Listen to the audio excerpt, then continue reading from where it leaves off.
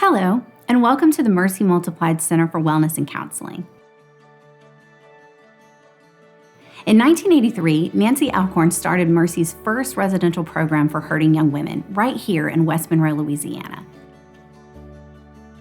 Our free-of-charge, Christ-centered residential program has helped thousands of women overcome life-controlling issues and situations like addiction, abuse, depression, anxiety, eating disorders, self-harm, and unplanned pregnancy. Today, Mercy has grown into a global ministry with multiple locations in the United States and around the world. Out of the success of this program came a desire to help more hurting people, and in 2020, the first Center for Wellness and Counseling was started in West Monroe, Louisiana. It has been so exciting to see the response we have received since transitioning from residential to outpatient.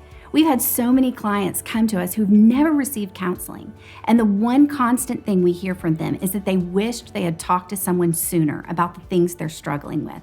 I want to encourage anyone who's hesitant in trying counseling to take the first step and talk to someone. What do you have to lose? What made me seek counseling from Mercy is I was just having an overwhelming time with my son, David, and it was just becoming too much for me. My friend, she said, Shonda, she was like, I know of this ministry that can help you. It's called Mercy. And then she let me know that it was God-centered, so she knew that it's God-centered, I'm going to be all in.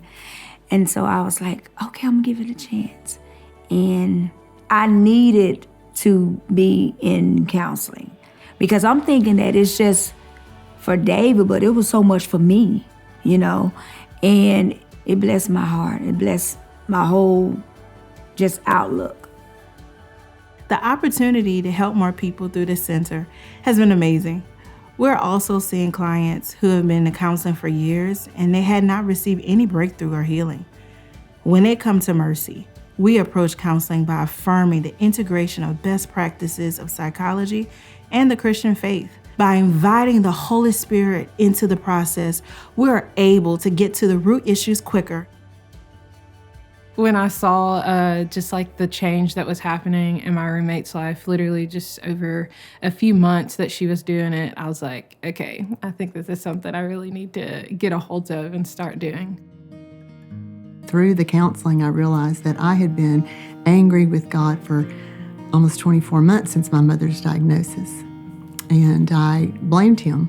But by walking with someone who let me cry, held my hand, walked me through all the stages of grief, I came out on the other side.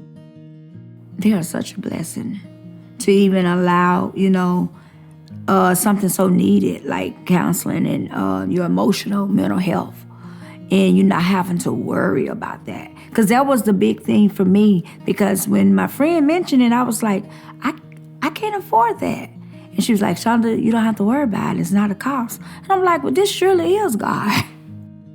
So to any donor or anyone that is considering giving, I would just say, thank you so much for your obedience to God, because I know it is just trusting God that your money will be stewarded well and used well.